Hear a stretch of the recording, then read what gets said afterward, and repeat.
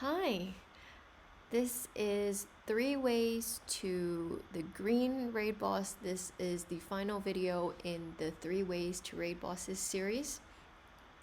And today we are looking at a 5-star level 6 raid boss just to calibrate what kind of difficulty this is.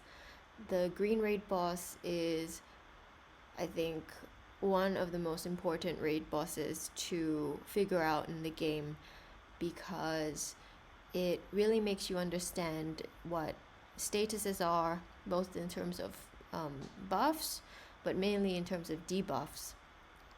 Because the more debuffs that you have on this raid boss, the more of a decrease to defense you will get. So decreased defense does not stick on this guy, but if you land debuffs with each successive debuff, his defense will actually decrease. So that's how you would effectively decrease his defense. The other interesting thing is that when he fires his special, he cleanses all of the statuses from himself.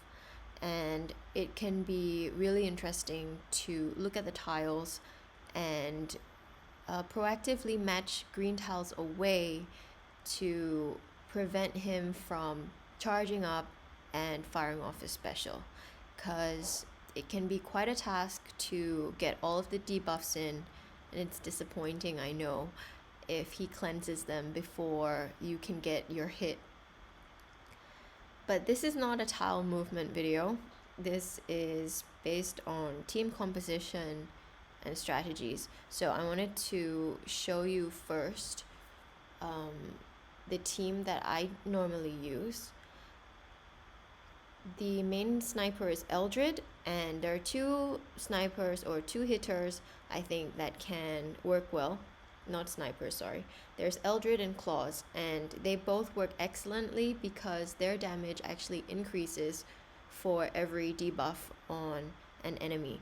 And that means that there's a twofold effect there, because your damage is increasing in terms of how much power you're giving out, and the raid boss's defense is decreasing in terms of how much he resists damage.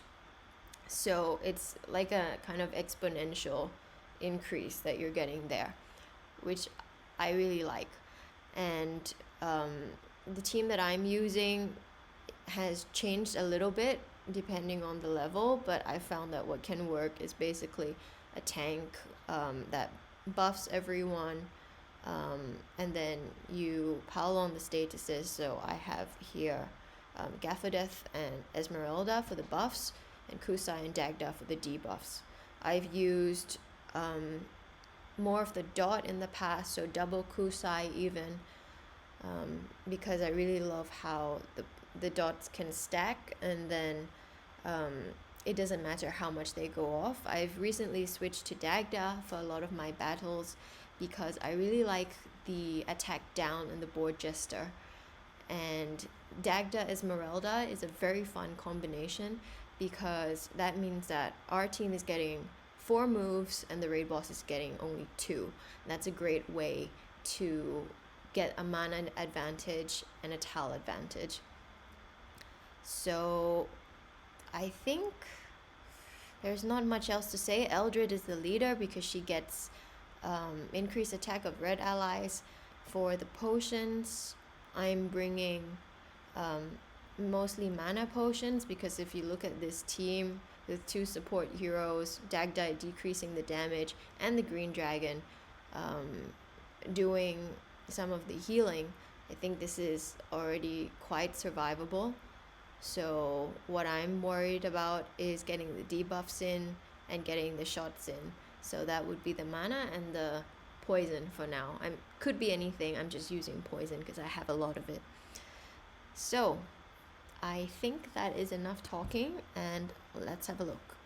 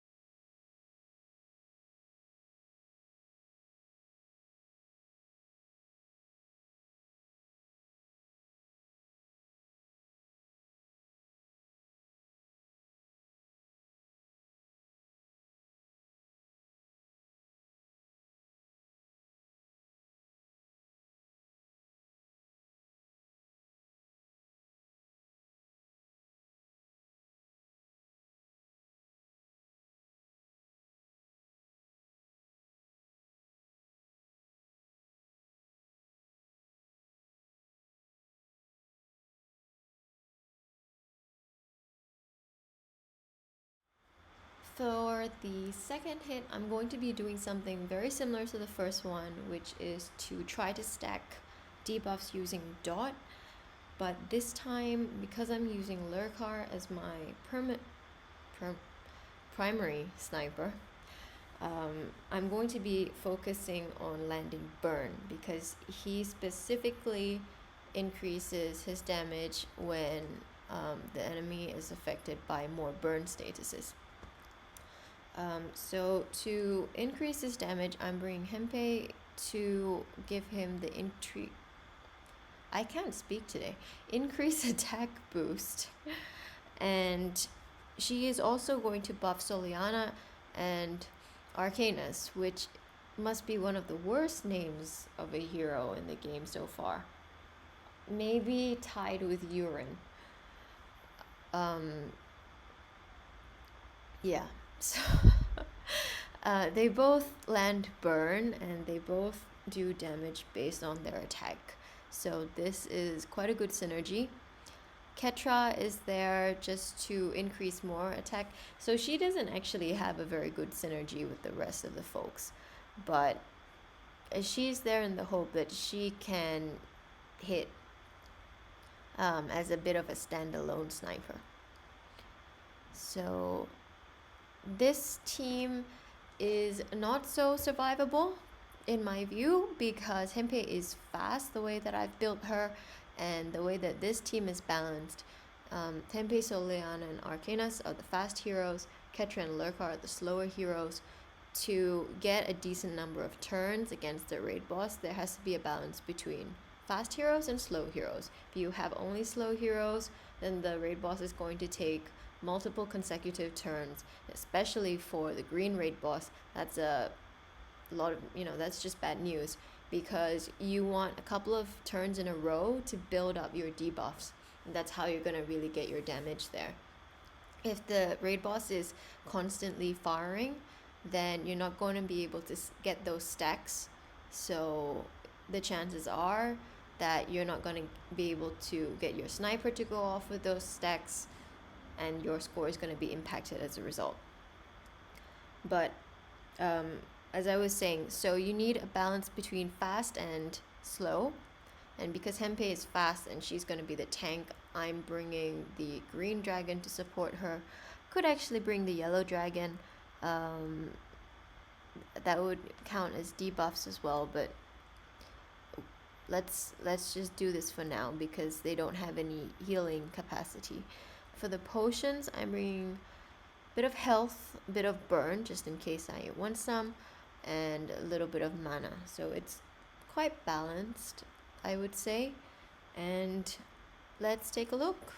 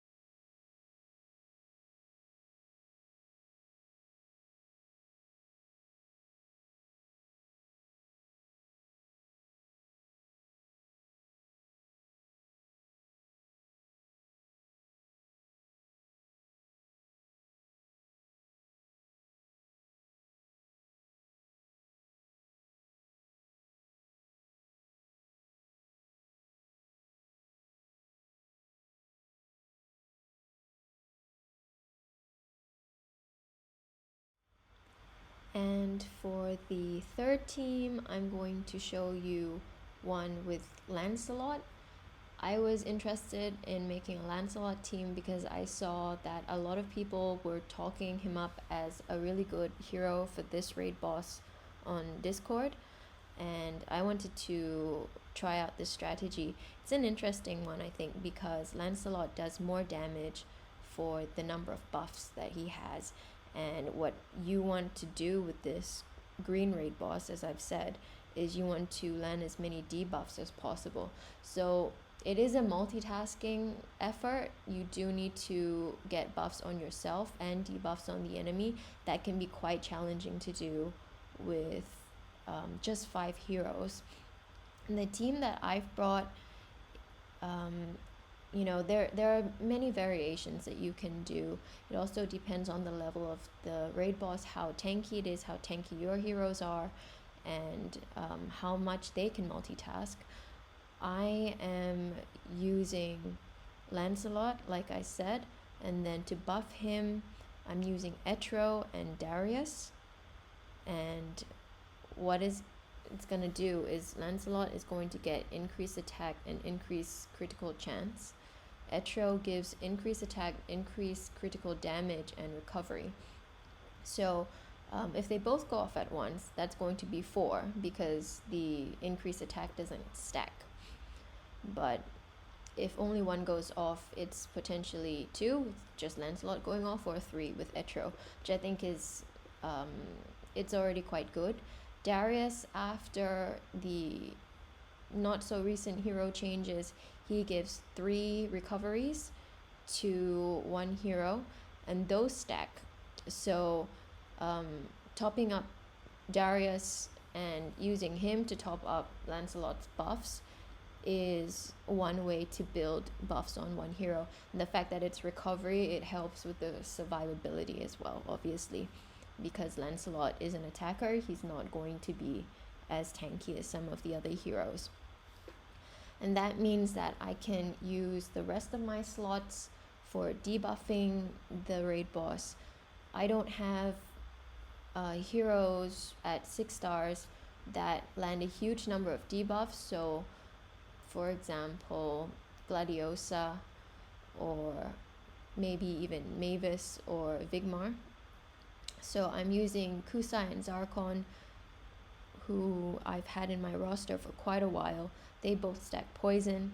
For Lancelot, he doesn't care what kind of debuffs they are, so this is fine. They're both fast as well, which is helping me get more turns in. And because I know that the way this is going to go, the raid boss is going to target Zarkon, and if not Zarkon, then Etro. My Zarkon is fast and with high accuracy, so that means that he is automatically a little bit less tanky. And since I want to debuff the raid boss without buffing my heroes, because I've got enough buffs, I'm not bringing the green dragon. That way, the way that I'm going to reduce the damage on my heroes is actually to put colorblind by bringing the yellow dragon. So that is going to give me 2 extra debuffs. The decreased accuracy isn't really doing anything. It's just 1 more debuff to decrease the defense of the raid boss. And there are not really that many great leader options for this team. That's just how it is. Lancelot increases attack only for arena. So I'm bringing Etro, who as leader, who increases the HP of allies. I think that's pretty cool, seeing as this is a little bit of a weaker team anyway. And in terms of potions, nothing fancy. Just some mana, I think, to top up. The poison vials, I think you could use the burn vials as well. Anything just to give more debuffs if there aren't enough. So I like to stack 10 if possible. And health pots, because this is a little bit of a squishy team, like I said. So let's have a look.